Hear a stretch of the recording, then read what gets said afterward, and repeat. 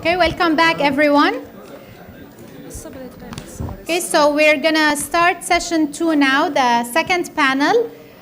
Ms. Radia Sidawi will be moderating the panel. I'll give her the floor. She'll introduce the speakers and moderate the session. Thank you all. صباح الخير جميعاً. Bonjour. Good morning.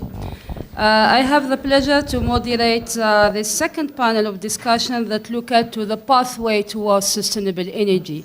As just an introduction, I want just to highlight the concept of sustainable energy started to be discussed intensively after the 2015 when we had the Sustainable Development Agenda, followed by the Paris Agreements, where basically now we do have the challenge to look at how to develop a much more sustainable future for our future generation, but more importantly, to look at the integrated approach as a methodology in the way we develop our economic, and more importantly, how to see energy.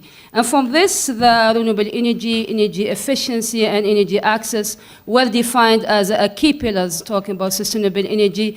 Added to that, that provided we have the technology that clean the energy, and more importantly, the enabling factor of finance and the environment private sector.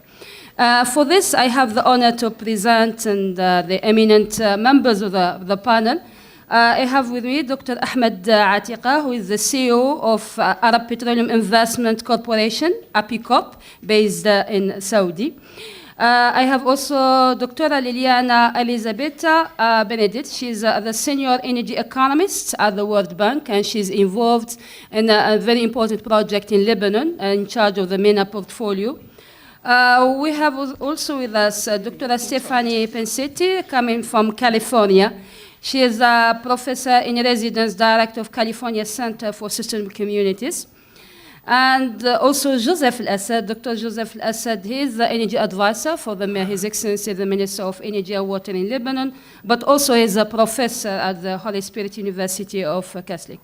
Thank you very much for taking part of this panel discussion. And basically what I want to put first on the scene that talking about the Sustainable Development Agenda and also the challenges and the opportunities for the Arab region. One important aspect when we track progress towards sustainable energy, we found that we've done very well in terms of energy access, but at a certain price and cost for government.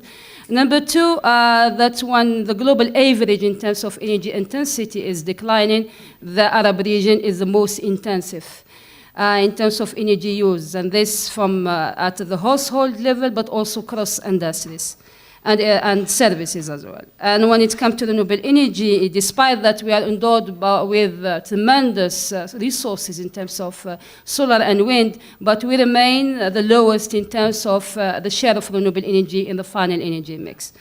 I want to first look at the challenges and the opportunities existing in the region, and basically I want to see how the investment, from investment point of view, what's make these challenges, I would say, so challenging. More importantly, how to look at the de-risking of the investment and how we see the portfolio of investment in terms of sustainable energy solutions and projects.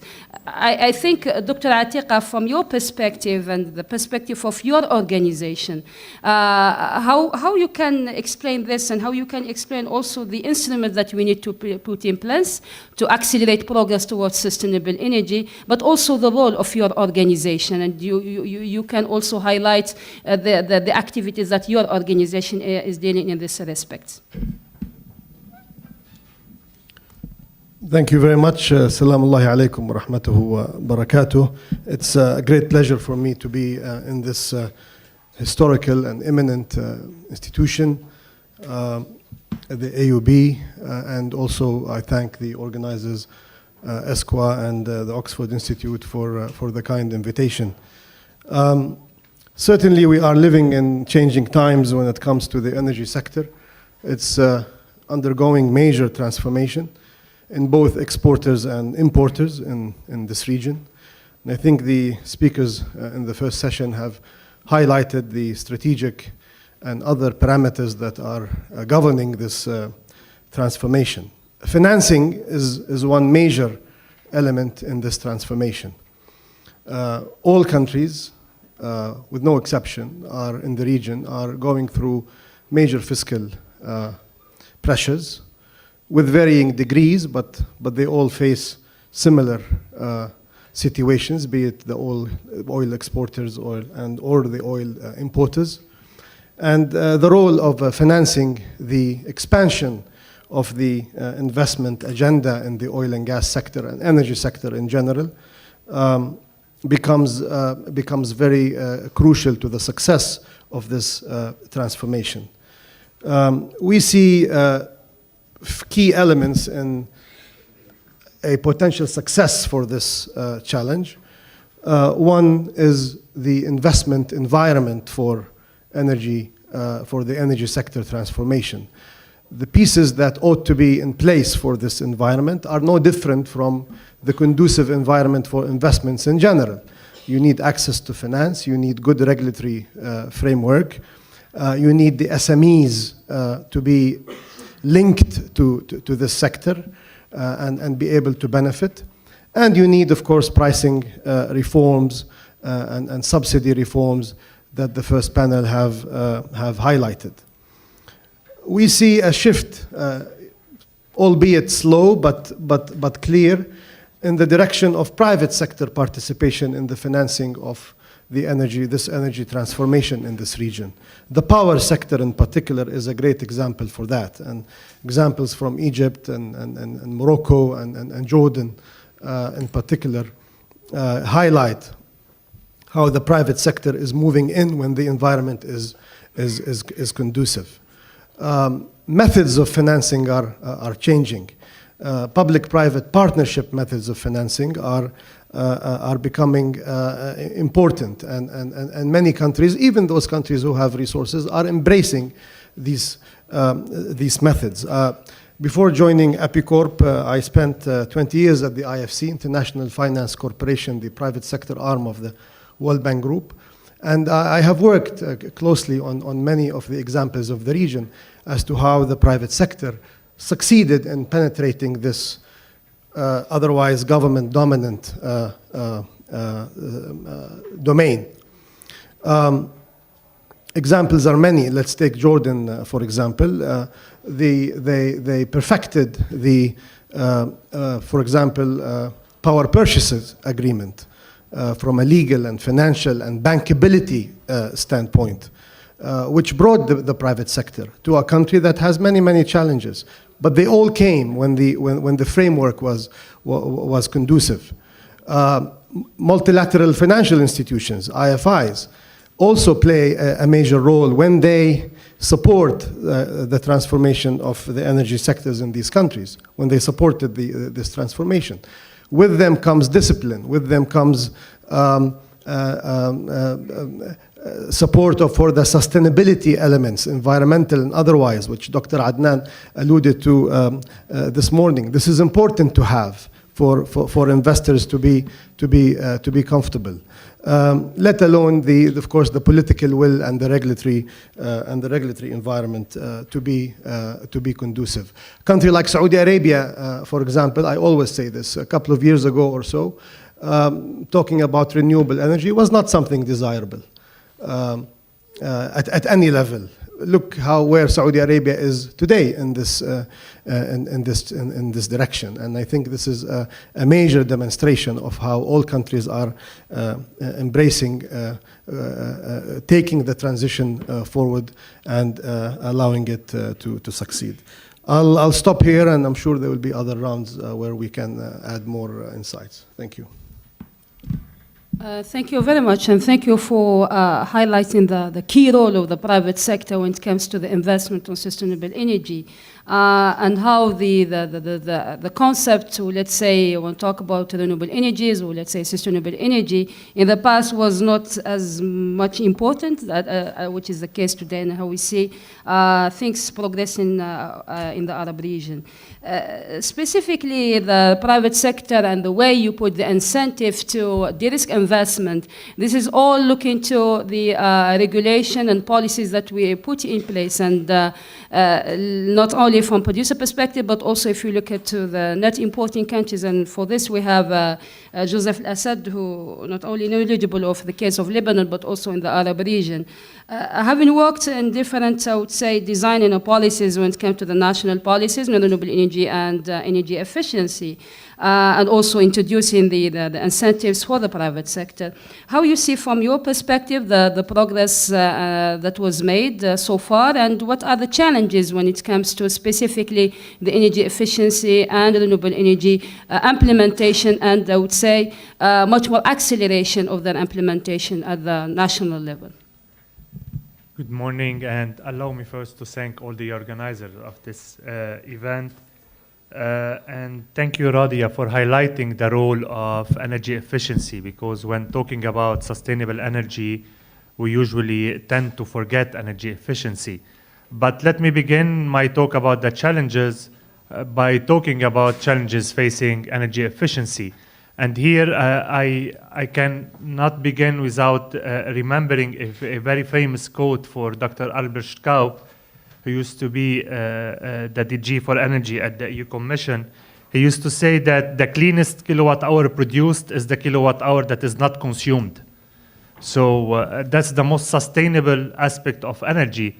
And here we have a very cultural, if you want, cultural challenge, where most of energy efficiency measures to be taken on that level are behavioral measures. And on that level, awareness raising can play a major role just by starting by turning off the lamp when exiting the room. That as simple as that. So cultural challenges and behavioral changes can play a major role on that level.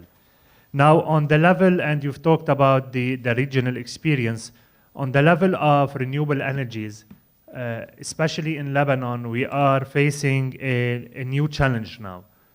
The Lebanese government has set a clear target for its renewable energy share by 2020, which is 12% of primary energy consumed coming from renewable energies. As it seems, we are heading to out-achieving that or overachieving that target. But the problem remains in the grid stability.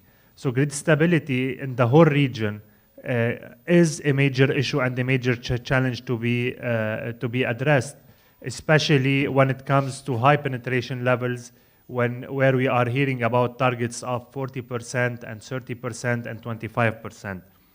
So one of the major aspects of grid reinforcement on that level can be the interconnection on the regional level. So the interconnection between the neighboring countries can really help stabilizing the grid, especially when we look at the load profiles of different countries that are really neighboring.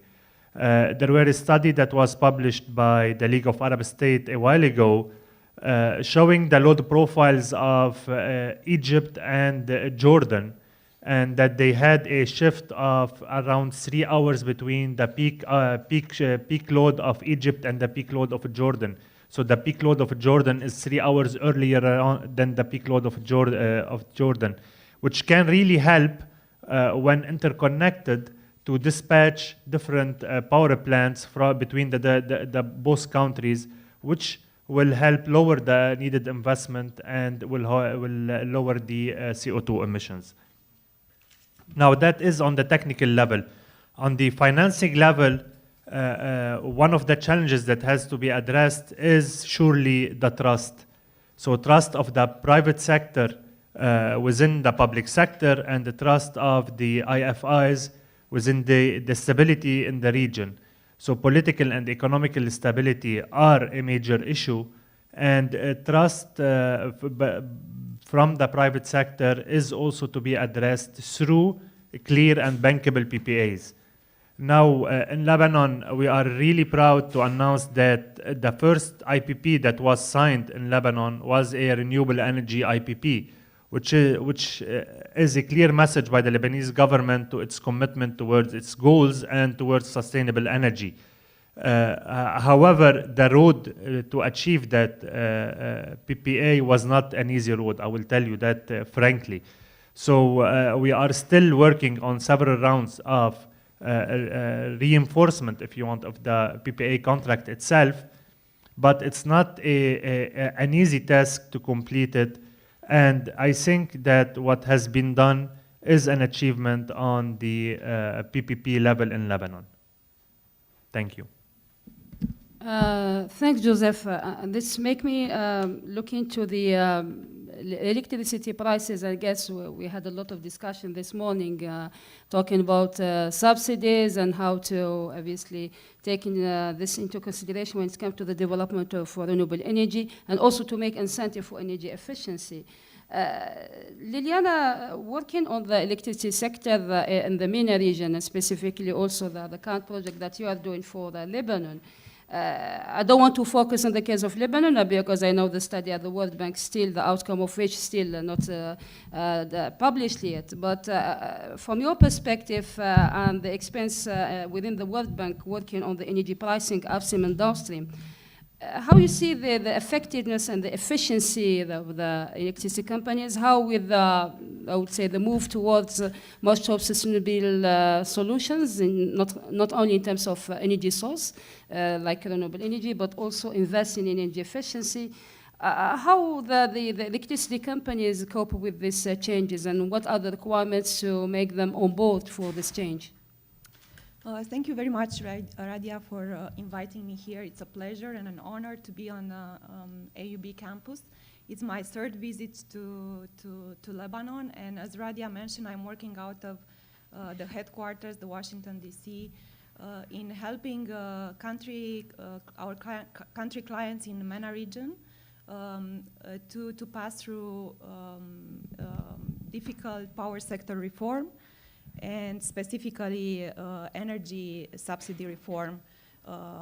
That is my area of concentration, including for the last year and so looking at Lebanon and seeing how we can help in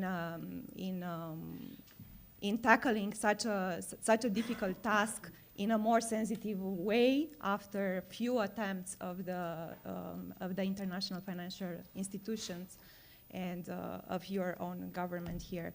So to start answering your question, I will just start by mentioning that electricity generation is one of the main consumers of fuels these days. So like just to keep it more pragmatic, if I take a simple example from the GCC countries, and I will look at Saudi Arabia, natural gas accounts for 47% of the electricity production.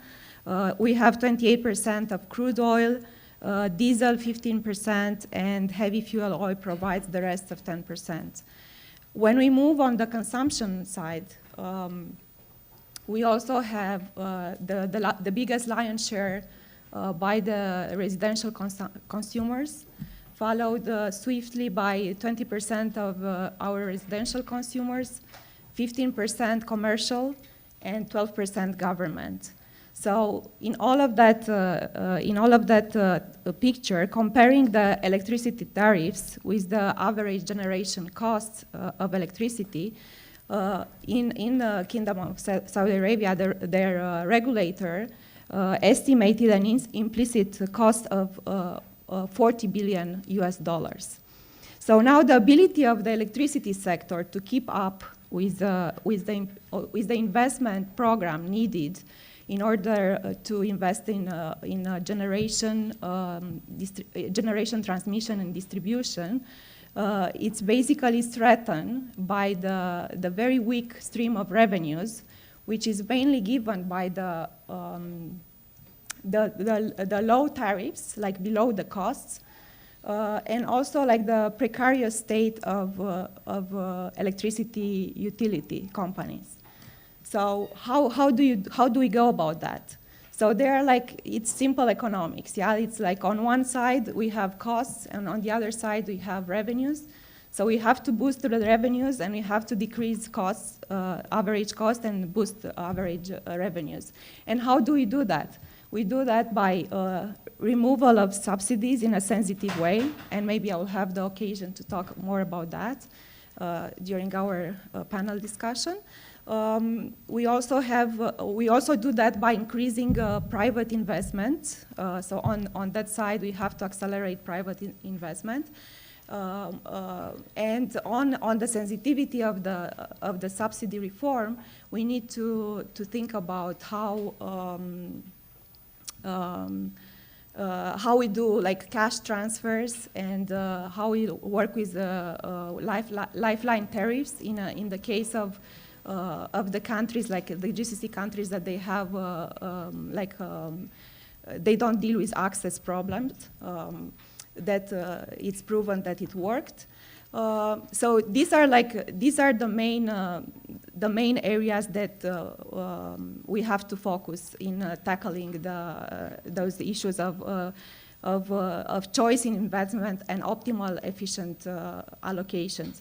Now the World Bank is just focusing a little bit on working at the regional level and working at the country focus specific level. And in doing that, policymakers are asking us to look at long-run dynamics and short-run dynamics. And for this, we are working with long panel data, looking basically at identifying changes from the initial equilibrium to the expected final equilibrium. And we also look at low. We also work with short panel data in basically adjusting the path of the subsidy reform. We also look at. We also work with once we have the savings, the fiscal savings from the subsidy removal, we look at reallocation of those gains. Of those fiscal gains, and those reallocation we calculate impacts to see how they look at by reallocating it to other sectors of the economy or in the energy sector into the renewable energy and energy efficiency investments. So I think that I'll stop here for now. Yeah, thank you very much. I think it's in continuation of what what we were saying this morning, looking to the needs to, when you talk about rationalization of subsidy, the needs need to look at also how to relocate them. But this is because we have different social contexts compared to other parts of the world. Does it mean that in Asia and Africa we do not have the same? But when it comes to look at certain best practices, how it works in terms of sustainable energy, more importantly, natural resource management, it's very interesting to look at the case of California. I think California case in terms of water management, but also the water energy nexus is very interesting. And I don't want to ask about the data because this is also a challenging and something that at UCL you did a lot of work in this sense. So can you tell us about your experience, how I would say the business model of California might be, I would say, an example that we can just have a look and see what are the similarities or lessons learned from it? Good morning, bonjour. Thank you very much for inviting me to this an absolutely eye-opening and extraordinary opportunity to learn about what's going on in the MENA countries. I feel like I live on an island in California, and our reality there is really quite different. We are an oil-producing state, by the way, quite a big oil-producing state. And so one of the interesting aspects of state policy is the contradiction between our very substantial oil-producing capacities and the desire to move to renewable energy and to decarbonize. So there are a few policy contradictions that we are living as well. My work has been mostly looking at building energy use and thinking about and examining the claims around energy efficiency and conservation and how that plays out in actual energy use across urban areas. In the US, building energy use contributes to nearly 40% of greenhouse gas emissions, practically equivalent to transportation greenhouse gas energy emissions. So it's actually very, very high. In California, the policy emphasis has been to ask the private utilities, there are 3 major private utilities, to develop renewable energy portfolios up to 40%, and now the state legislature is really pushing towards nearly 100% renewable energy portfolios, which really upsets many of the energy markets. It's extremely difficult for the utilities today because they have long-term contracts. The recent fires in California have also impacted the valuation of those companies because their grid transmission lines have been found to be quite responsible for igniting a number of the fires. And so we're facing a very interesting situation in the state where the incumbent utilities, which have been regulated and protected by the state since the turn of the 20th century, are finding themselves antiquated in their business model and also trying to deal with stranded assets. There's a very interesting policy development that's taken place in the state, and that is the a rise of what are called community choice aggregators. Community choice aggregators are public utilities who are able to come into the market and provide different mixes of clean energy that they are procuring in competition with the incumbent utilities. The public utility, which is the CCA, is able to then use the incumbent utility's grid network to deliver the clean energy. And these public utilities organize, and people have to opt out of receiving that energy from the CCA that circumvents the incumbent private utilities. That process is really creating a lot of question as to whether the incumbent private utilities will be able to maintain economic viability in the long term. So we're facing some very, very interesting questions in terms of at least building energy use in the state. I would say that transportation energy use is continuing to rely on fossil fuels and in fact is growing. We are driving more. And I may just make one comment about the discussion this morning, which I found absolutely fascinating about electric cars. I think that we all agree that the electric car's life cycle costs are much higher than the ICE cars today. What I did not hear in the discussion was the role of public transportation and what the life cycle analysis and impacts of public transportation and decarbonizing the public transportation. Having spent 3 days now in Beirut, it is a very challenging place to get around. And I think what it points out, and that is worth considering, even though it may not have specific policy applications at this moment, are how choices that are driven by historical opportunity and contingencies lead to very unfortunate lock-ins. There's not even room for bicycles on the streets. Not that I think bicycle adoption is a high priority here, but I do think that it's worth considering how, because we choose certain paths, other paths are foreclosed.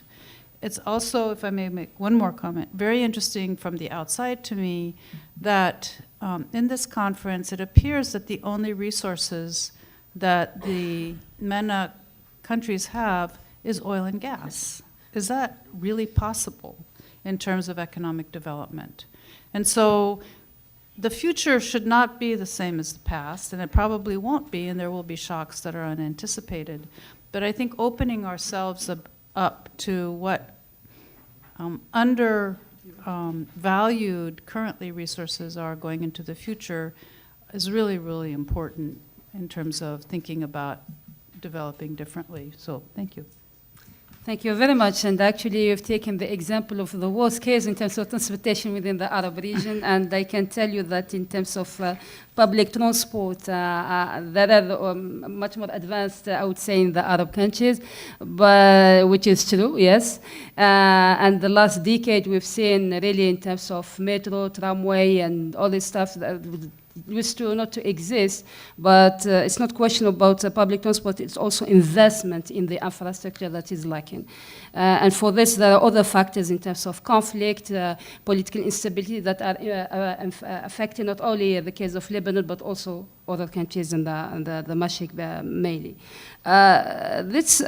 Given that you shared with us your experience, and we will come to you later because we do have, and I'm sure the audience we do have very, I would say, provocative questions to the members of the panel. But given that we said, and you well highlighted, that fossil fuels, oil and gas will continue to play a major role in the energy mix and the energy economy in the MENA region, I want to ask Dr. Ahmed, how you see then we can consider the support, or let's say the interplay between fossil fuels and renewable energy, and how fossil fuels could support the uptake of sustainable energy, and how the best policies and the role of the partnership in developing a partnership rather than a competition. Thank you. Yes, this is a very pertinent question, and it is really the crux of the challenges that our countries are facing. I think the biggest threat to renewable energy and diversifying the energy mix and energy efficiency adoption is fossil fuel subsidies. Without real reforms in fossil fuel subsidies, inefficiencies and inequitable consumption will continue and driving the potential of many industries downwards.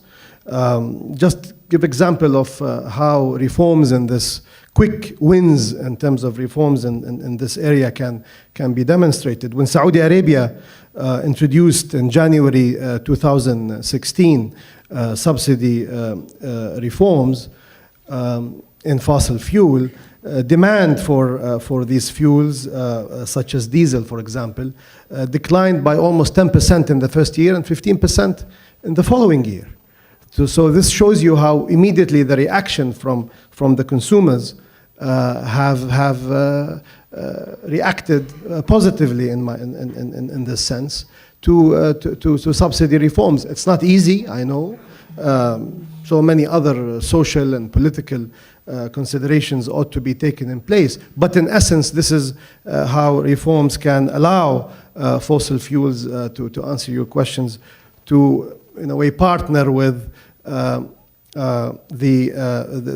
new direction towards energy transformation. Another element that can allow for this partnership to happen, using your terms, is what was talked about in the morning: effective communication, effective public discourse that ought to be sustainable and persistent and repetitive at all levels. This has not happened. Dr. Adnan Shahabuddin mentioned this morning Kuwait as an example.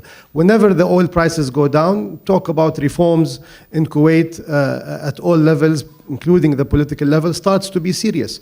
But then it dies away the minute the oil prices go up. And I think this is no secret. It has become a repetitive behavior. Same with other countries. Necessity sometimes dictates what countries have to do, particularly the poorer countries of the region. This is how I see it. Of course, the private sector has to play a key role in putting their money where their mouth is, as they say. But they need to see a conducive environment for that. And I think one main element of it is subsidy reforms. EpiCorp? Maybe we do that in the questions and answers, so we can. Yes, please, Joseph. It is becoming more and more provocative when we talk about competition between renewable energy and fossil fuels. If it is a competition, renewable energy is winning nowadays, not the other way around. Because if you look at the prices, even with the incentives of fossil fuel prices, the renewable energy bids, especially within the region, are setting worldwide high scores or low scores, if you want. And we are seeing prices below 4 cents being generated by solar PV or CSP or wind even nowadays. And even gas turbines cannot beat that price. But we really need to look at the complementarity and not the competitivity between both sources. And we should look from a different point of view. The first approach or reproach to renewable energy was the availability of renewable energy power plants on the large scale. And last week, it was in fact in California, the first hybrid renewable energy power plant was commissioned with an availability of 82%. It's a combined wind and PV farm with an availability of 82%. This means we are really reaching new frontiers, and we need to change the way of our traditional thinking of competition and think more of complementarity between sources. Thank you. Actually, I use the word competition because we were at the Sustainable Energy Forum with our colleague of regional commissions, and we had to put a session that we suggested on the interplay between fossil fuel and renewable energy. We were obliged to change it to natural gas, and the chair didn't accept even we have this session and completely changed the orientation of the panel because he said, I don't want to speak about fossil fuels. And this, from my perception, and that's why we put this panel just after the first one, in order to say it's not only about electricity, when we talk about the interplay, fossil fuel are dealing with other businesses and sectors that so far renewable energy cannot compete. And fossil fuels have established industry and market. And for this, renewable energy and energy efficiency as policies need to learn from this. So that's why I want to see from the perception of, let's say, the case of California, because really I like it, the way they look at having also, I would say, citizens, and also that they have a voice, and they can also participate in terms of what are the best in terms of natural resources. So how you combine this and how it's possible, I would say, how the policy, when it's designed and implemented and planned, and the data is available for making sure that the voice of those at the end are the consumers, have the voice to change and include, I would say, the suggestions in terms of redefining the policies. It's a very complicated question. Yeah, but you have a good example. There you go. There's the answer. So it happens on, like everywhere else, there are many different levels of policy change. Much of the policy, the energy policy in the state, is driven by the state legislature, but also by the Public Utilities Commission, which regulates the privately owned utilities and balances their profit margins with ratepayer benefits. And then the State Energy Commission, which plans energy policy into the future and approves new power plants.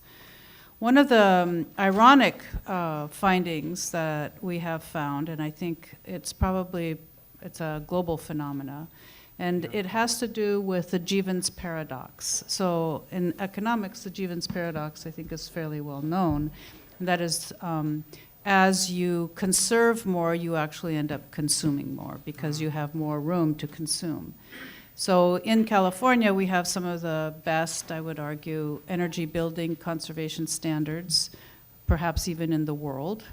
Maybe not OECD, I don't know. But what we found is through having this very rich data about building energy use at the address level matched to things like square footage, vintage, sociodemographic characteristics, what we find is that the newer buildings tend to be much bigger.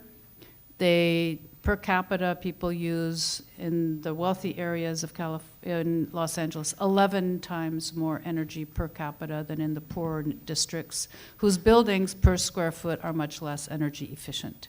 So one has to be very careful with energy efficiency programs, because if we had simply kept the buildings smaller, had a regulation about the size of the dwellings, we would have reduced energy use far more effectively than imposing all of these very complex and expensive building standards.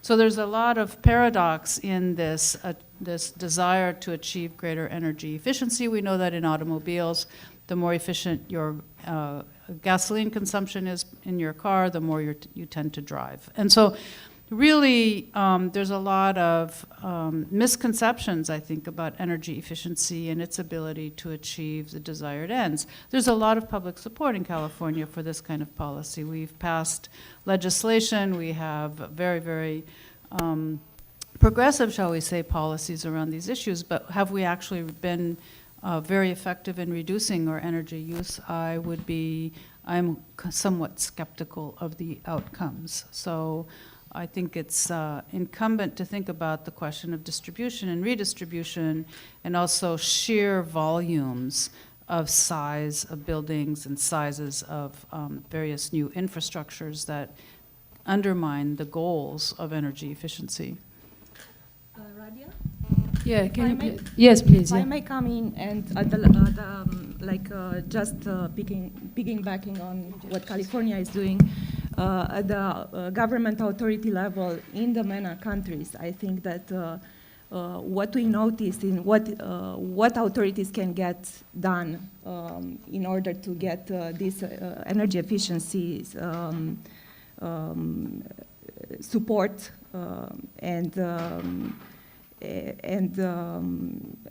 what is needed from the government in these terms is like basically first thing is like get the pricing right. So go back to the economics fundamentals. Get the pricing right in order to get the right signals to the markets. Second, work on transparency, governance, and regulation of energy supply industries, and these they need to be improved. I think that it could be compensated by the lower, at the level of the ensuring lower tariff increases, by the same time improving access and quality delivery of the is also needed. And third thing is like in the energy efficiency field, and here is like just to segue from the first panel where we were talking about what we have to do in terms of the technology, because maybe the MENA countries are not doing the right thing in terms of the energy conserving technology and finance for adoption by manufacturing firms that are energy intensive users, because this is another element, another important element of the reform program. And here are different ways to deal with this. For instance, setting up revolving funds at the beginning in order to set up lending to firms to install technology that lead to lower energy consumption. And then create, then come with concessional financing from the international, from the IFIs. Like another angle that I would like to highlight is the angle of removing energy subsidies and the correlation between energy subsidies and unemployment in the MENA region. So just to give you some statistics, 5% of the MENA region has like 5% of the global population, also has 3% of the global GDP, but has like 50% of the energy subsidies, global energy subsidies. So the problem that I'm having here, and I think that the organization that I'm working for has always looked at the energy subsidy reform from the fiscal angle and also from the fairness and equity, you know, what we what we give to these generations, to the current generation, vis-a-vis what the other generations are sacrificed. But I think that in terms of like a new angle that could be brought into the discussion is that these subsidies, they discriminate against employment, because an energy subsidy is a benefit for an energy-intensive industry, but in the meantime, also an energy-intensive industry is an energy-intensive in capital. So I have a problem with that. So like in setting up the right political discourse, or like educating our politicians in the MENA region, is like to basically ask the questions, do you need to actually subsidize unemployment in the MENA region? So let's tweak it to the job discourse. Then we are gonna have the politician contributing towards the right direction in fixing the pricing fundamentals. Definitively talking about subsidies, then it comes to the circle. We are talking about building an economy, sustainable economy, and how to basically generate jobs and basically build the sustainable, I would say, strategies for the future generation and very young generation within the MENA region. I would like to give much more time for the audience to ask questions and for the members of the panels to address them. So I open for questions. Yeah, we have one. I would like, please, to ask my colleague to give the microphone, please. It's moving. It's not stable. It's not stable. Hi. Can you please introduce yourself and the question to whom it's addressed? Okay. Mustafa Oiki from the Oxford Institute for Energy Studies. Dr. Pinsel and also to a certain extent Dr. Benitez have raised this issue or point. You mentioned that the MENA region doesn't have only oil and gas. Actually, not all the countries have oil and gas, but what they have, and it's always implicit, is the human resources, is the asset. If you look at the MENA region from Casablanca all the way to the Gulf, most of the population are very young, maybe 70%, less than 30, and that's a very, very difficult issue in terms of employment. Now, if we look at oil and gas is capital intensive and will remain capital intensive. It's not labor intensive. I think it's a question, and it was mentioned this morning about diversification. How do the human resource aspect get integrated in a more kind of, I know it's implicit when you talk about diversification, but how is it going to be integrated to this issue of economic and energy transition? I think that's very important. It's not always explicitly addressed. I think the question is to Dr. Pinsel and Benitez. Thank you. Let's take another question. We have one side, please. Take a round and then. Hi, my name is Hanin Kiskes. I'm from the Natural Resource Governance Institute. My question would be directed to Dr. Liliana, and it's about what you've spoken about in terms of subsidies, and you've mentioned subsidy reform in terms of simple economics. And I would like to raise the issue and provoke you a little bit and talk about, besides it being, and especially in some countries in this region, besides it being, it's not simple economics, that is overlooking the, in a lot of ways, destabilizing socioeconomic and eventually political implications of subsidy reform policies that are pushed by international financial institutes. And especially if you take that within the larger framework of IFI-imposed conditionality measures that are akin to the historically failed structural adjustment reforms, reform programs, such as devaluing currencies, increasing taxes, and largely, generally decreasing public spending. And so I'm wondering why this is becoming a more important policy choice, or even a viable policy choice, given the detrimental consequences on the ground, and especially considering the lack thereof of focus on any other kind of policy measures on a governmental or a corporate level that would be more economically viable and impactful. that have to do with the governance and then the management of the equitable and fair and non-corrupt management of the very large revenues of oil and gas in the region. So thank you.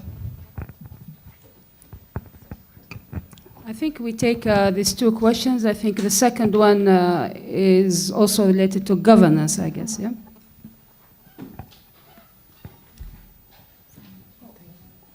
Yeah, Payson, you start first, and Liliana.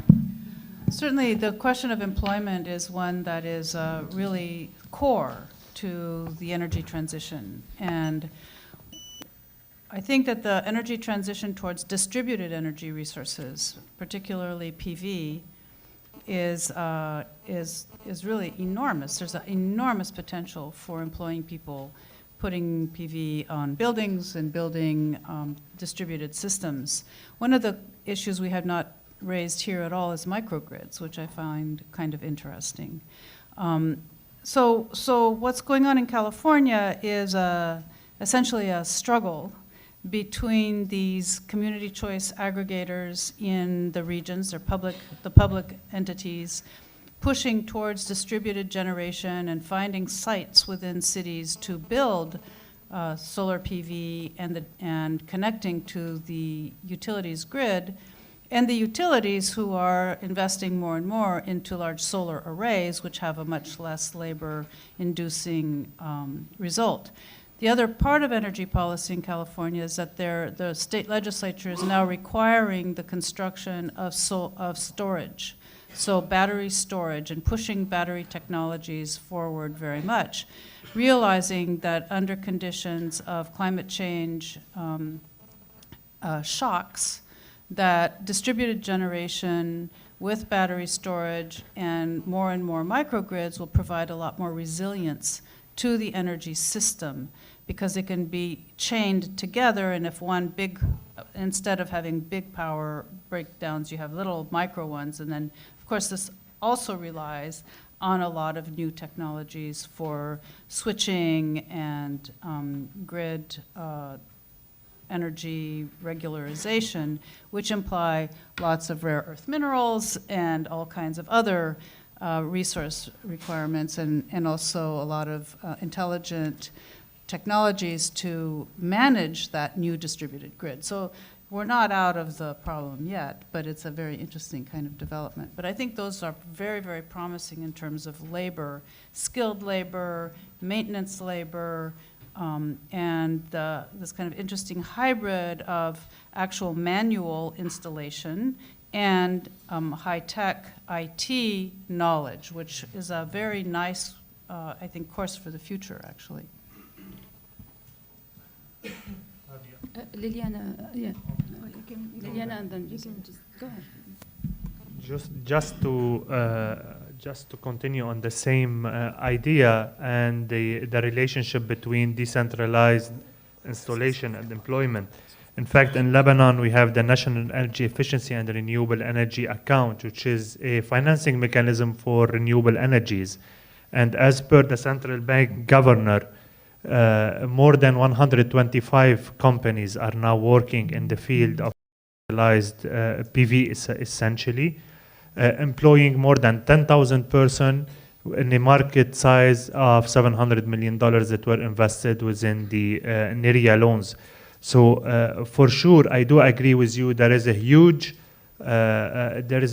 potential in the human resources in the MENA region. Moreover, when working on the large-scale project, we are also trying to valorize, if you want, the localization of some of the part manufacturing within the country. So we are not talking about local content in terms of number of employees, but in terms of know-how transfer and essentially working on the soft skills needed for the development of large-scale and small-scale project also. Yeah, thanks, Joseph. Liliana, please. Okay, so on the governance question, thank you for challenging me on that. And of course, I know that it's not as easy as just go back to economics. And there is a complex political angle. to that. And the way we are looking at addressing those reforms is through basically like entry points. Now that we learn a little bit after 20 years of dealing with governments, that they were not willing to reform the energy subsidies or like their power sector. I think that we learned that we can look for right window of opportunities or like for incremental change. Or for looking for right champions inside the governments to promote those reforms. And from the World Bank Group perspective, I think that we work at 3 levels. One is like informing policy, and here we look at getting the pricing right, providing economic and social impact of the removal of subsidies, analysis and incidence analysis. Also, we're looking at the determining domain through like the right social safety nets, the eligibility and the subsidized quantities. And the third front, we are looking for setting the stage through like the right communication campaigns and also like a thorough political economy analysis of the reform. So these are the 3 main directions and the lesson learned by the institution of the Bretton Woods. Yeah. I want first to see what's. I just want to add on this issue and be probably more provocative. I think in answer to the question from the lady, I think the governance of natural resources in this region has become an extremely critical challenge, opportunity, and a must. And tackling the macro and the micro problems of the region, particularly those countries endowed with natural resources, cannot happen without the right governance. I think Liliana gave you a diplomatic answer on the tools for that. But fighting corruption, ensuring efficiencies, equity, and unemployment recovery cannot happen if these countries remain rentier countries, be it the exporters of oil or the importers of oil. Rentier economies that don't transform to productive economies. We can stay here till the end of time bashing the Bretton Woods institutions. That's easy, but that's not the issue. The Bretton Woods institutions gives you a medicine. We can differ on the dose, we can differ on the timing of the medicine, we can differ on what fits where, but the essence are reforms that have to come from within, and what we're talking about here is natural resource governance that ought to take these countries to a new level. Otherwise, I think we will see, and many countries in the region, the potential of natural resources, the country we're in, Lebanon, Bahrain, and gas, etc. I think they have to learn from the lessons of other countries that have not yet succeeded in this regard. And also, like, if you allow me, Dr. Atiga, just to continue on that note, I think it's a question of, does the middle class want that change? One. Does the private sector want the change? And does the political class want to change something and actually increase the middle class share? So it's about like everybody has a say here. It's within you. So in California, I would say that the energy transition is a social justice and an environmental justice issue.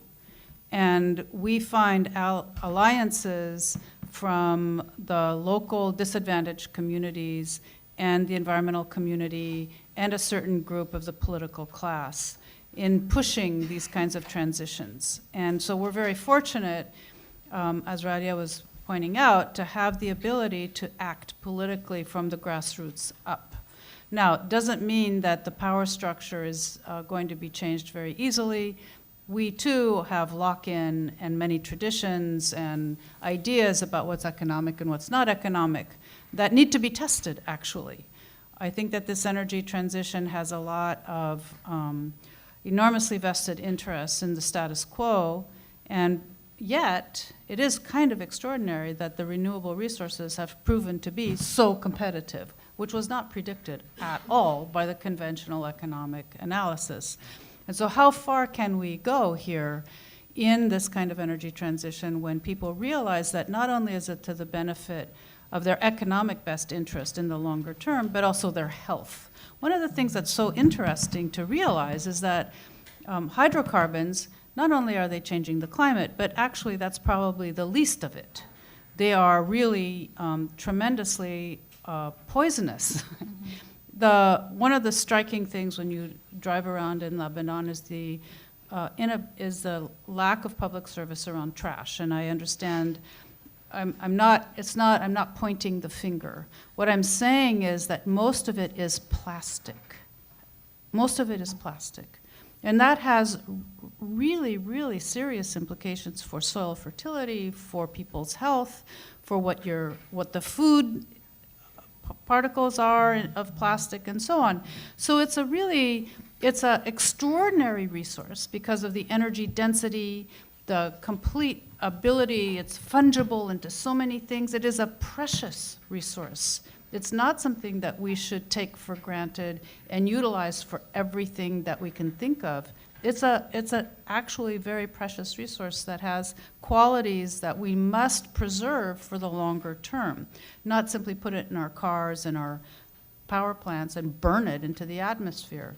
So I think that this energy transition has multiple layers, and that there's a kind of sense across the globe that we really do need to use what is so available, and that is the sun and the renewable resources, although the energy density challenges are going to be enormous. Our ways of life will not be the same. We're not going to travel so quickly. We're not going to be able to do things in such a facile fashion. But that might not be a bad thing either. So. Thank you very much, and thanks. That's a topic that's close to my heart that I don't have the right to speak. I'm just moderating. Thank you very much. I want to take another question.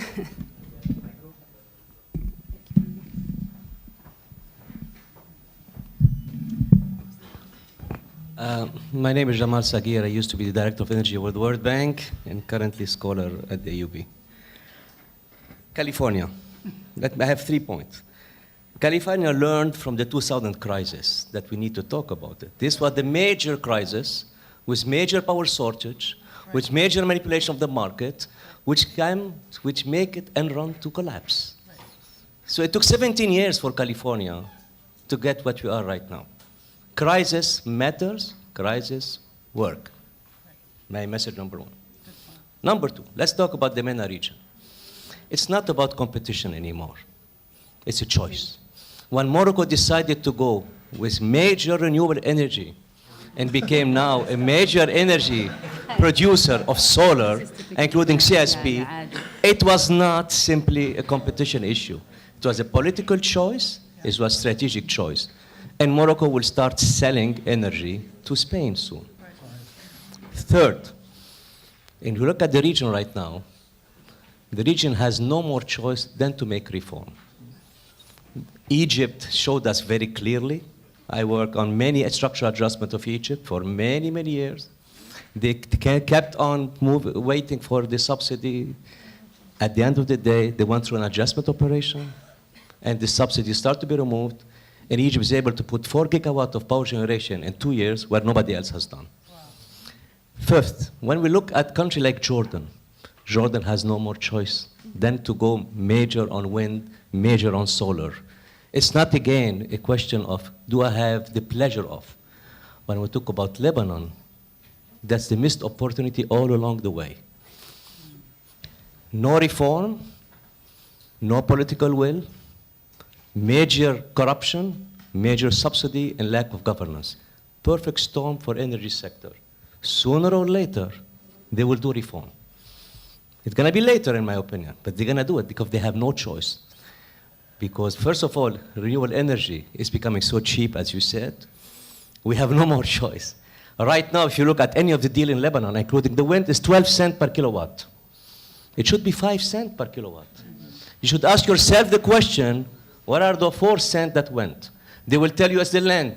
They will tell you a substation. I will give you 4 cents for each of this. 3 cents remain missing. Renewable energy in Lebanon should be cheap, should be competitive, and should definitely compete with the barges that are inefficient and polluting. So the question would be, those countries, if you benchmark them, which one will be able to do what and when? It's a matter of political economy, as simple as that.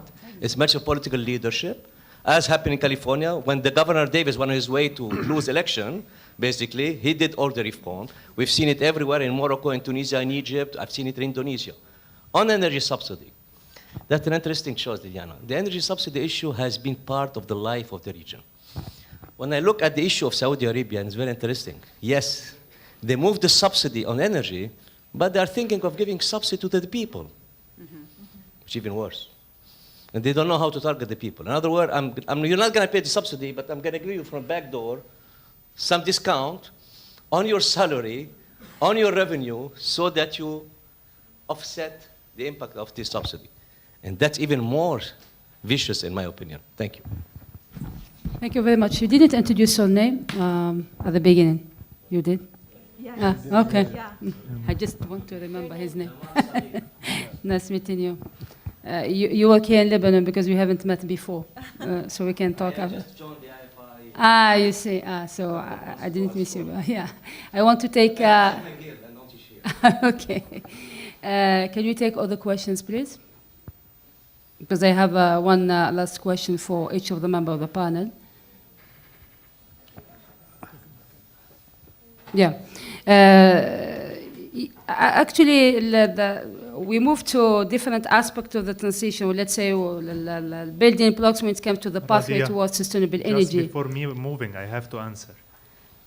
No, you can answer after the break, okay. Because being in Lebanon for my third year, I know there are a lot of the numbers that were announced were misleading. It's not an offense, in fact. There were numbers that were announced that are misleading, because the price of wind in Lebanon is not 12 cents. It's 10.5. So there you go. Those are you're missing 3 cents. You still have 2.5 that went in the pocket of somebody. Don't worry. I can assure you that we can have a session on governance, and I believe there is already the lady who asked the question is attending a training here on the governance, and she told me even they have a participant from Algeria, because in Algeria it seems we don't talk about governance. So I'm from Algeria, so I'm not talking on behalf of my country. I think during the break we would have other discussion, and we have other research papers that will deal with different aspects, including governance. But from your perspective, let's take the one last question, please. Sorry, Radia, it's not a question, but what Joseph is saying is very important. There are people in this hall that have just heard that yes, I'm saying there are people in this hall who has just heard the Hassan Harajdi from UNDP. There are people in this hall who have heard Mr. Jamal speak against the wind. And he put numbers out there, 12, 10, and people are making money and they're stealing. This is wrong and should not be said this way. Unless he has proof, put the proof up. No, I will come back to the price. I will disseminate the price. It will not, it will not go unexplained. Don't worry, Hassan. Thank you. You had a question. I had a question actually. It shows the topic of this panel. Actually, it will be considered in different sessions of the conference, and we need to have other event to discuss the certain, I would say, the factors, including the governance, including the specific aspect, technical aspect and policy. But I want to address question to the members of the panel. From the first panel discussion, and the outcome of which we come up that I would say that the linkages between looking to economic diversification joined with, at the same time, the energy transition, and this going together with having fossil fuel that will continue to dominate the energy mix and as a source of revenue for most oil and gas producing countries in the MENA region. But at the same time, that's whether it's a choice or an option to look at sustainable energy solutions. For this, there are several priority actions that I think, independently of the context of each country within the MENA region, the priorities can be similar, or let's say as a generic priority that we can put on a short and a medium term. From your perspective, Dr. Ahmed, how you see the priority action if we want to accelerate progress towards sustainable energy in the MENA region? I think all the discussion between this morning and this panel has highlighted these priorities, but for the sake of time, I would agree with my good friend Jamal, very good to see you, Jamal, that it's not a matter of choice anymore. It has to happen. If it doesn't happen, it will be catastrophic for the future generations. We can differ about numbers, 2 cents here, 2 cents there, but really the essence is this region cannot sustain how natural resources are being managed and governed. And if any priorities have to be outlined, they have to go in that direction. One of which is financing. I didn't complete my coverage of the financing side. Just very, very quickly, in 1 minute, what is Apicorp and why it could play a role? Apicorp is a multinational institution owned by the 10 Arab oil-producing countries, was established 42, 43 years ago. The founding fathers of Apicorp had a vision in terms of deploying the surplus of Arab oil-producing countries into an investment vehicle that can help the industries in the member countries and in the region as a whole. Apicorp is an investor and a lender. We do both. And I think going forward, and I have joined Apicorp recently, is to be a main player in this transformation, in embracing the energy transition and the energy transformation that's taking place, in going to places where other investors would not go, taking risks that others would not take, in Iraq, in Libya, countries that are coming out of conflict and will need huge investments. So it might as well do it right and bring the type of financing that can introduce discipline and bring technology and the private sector to play a key role. So in a nutshell, this is strategically how I see this vehicle to add value. Well, I would say that the oil and gas industry infrastructure is enormously vulnerable and very easy to disrupt as well. And so that, I think, is another factor probably in the necessity to change to a more distributed, more flexible, more pertinent resource, more locally grounded resource. And so really for me, the challenge going forward is to open our eyes and to realize that the fossil fuel period was a period in human history, and it doesn't need to be the destiny of humans forever either, and that there are lots of other safer, probably more reliable kinds of resources that are less destructive that we can also invest in. And so the richness of the MENA countries, if you look at what Morocco is doing, is pretty evident. There's an enormous amount of ability here to harness sun energy and people's real skills that exist. And so, but that's not so different than what we face in California either. We have a very, very well-developed oil industry, extremely powerful lobby. And I think the biggest challenge is not so much building energy use or even industrial energy use. It's really the transportation sector that is going to be the hardest to transform in any plausible way that looks similar to what we have today. Imagine how, I mean, I flew here from Los Angeles. You know, it's like, how else am I going to get here without taking, walking, taking a really long time? So maybe, you know, the transportation sector is a really big challenge unless we change our expectations about being able to move so quickly and going places. So thank you. Yes, Liliana? So I think that a last message for me will be that the pervasive energy subsidies create large distortion in markets and erroneous signals, and missed opportunities even for power trade and better use of domestic resources. I'll leave you with that. Yes, Joseph. Thank you. Just for the sake of being at a scientific institution, we have to talk a little bit scientifically. I think in the Arab region in general and in Lebanon more specifically, the work being done on the renewable energy level is a very good work. But I think that if we are champions in one thing in the whole world, we are champions of self-flagellation or self-beating, if you want. We refuse to say that we are doing something positive.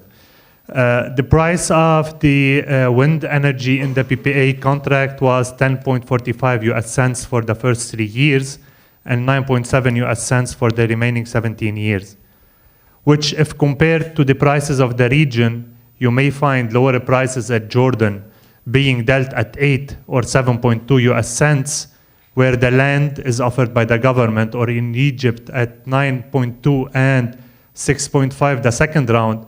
But if we look at more, let's say, comparable situations, such as the Nigerian situation, where the first round of wind was at 13.2 cents.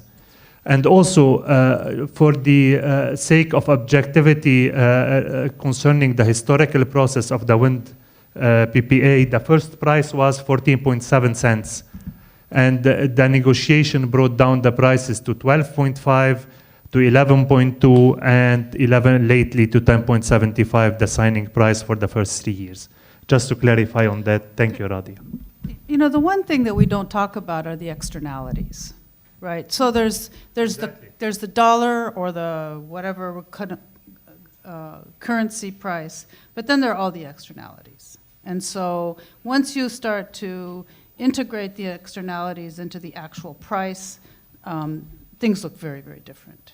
And that's another part of the equation that has to be thought about. It's a turnkey project in Lebanon, so all externalities are included within the price. This is the main difference, and I do agree completely with what you said.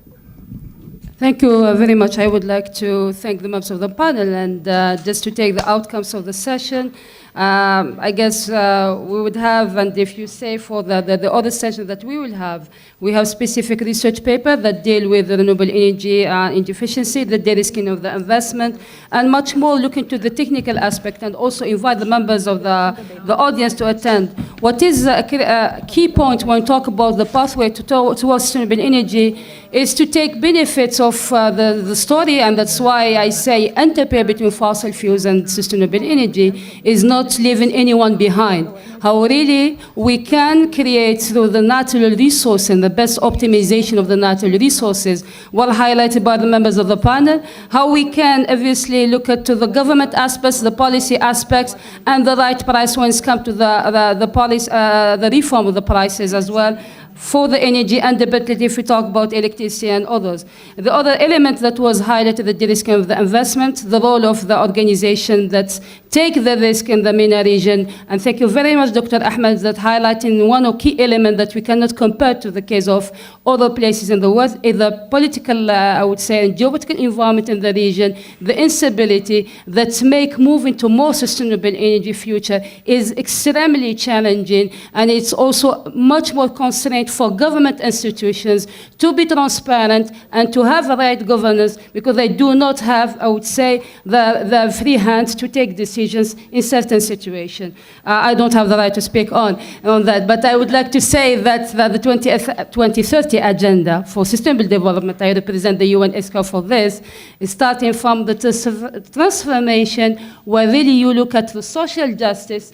And this year, we said, rather than to talk about mainstreaming the 2030 Agenda of Sustainable Development, we talk about mainstreaming corruption. So it's really a topic that's just a high level. It's not a question that's not anymore, we don't have a transparent way of thinking. It's already within the region, and I believe there is a real bright future for our future generation. With your support, I believe we would have also much more acceleration in this process. Thank you very much, and please take care to all the members of the panel.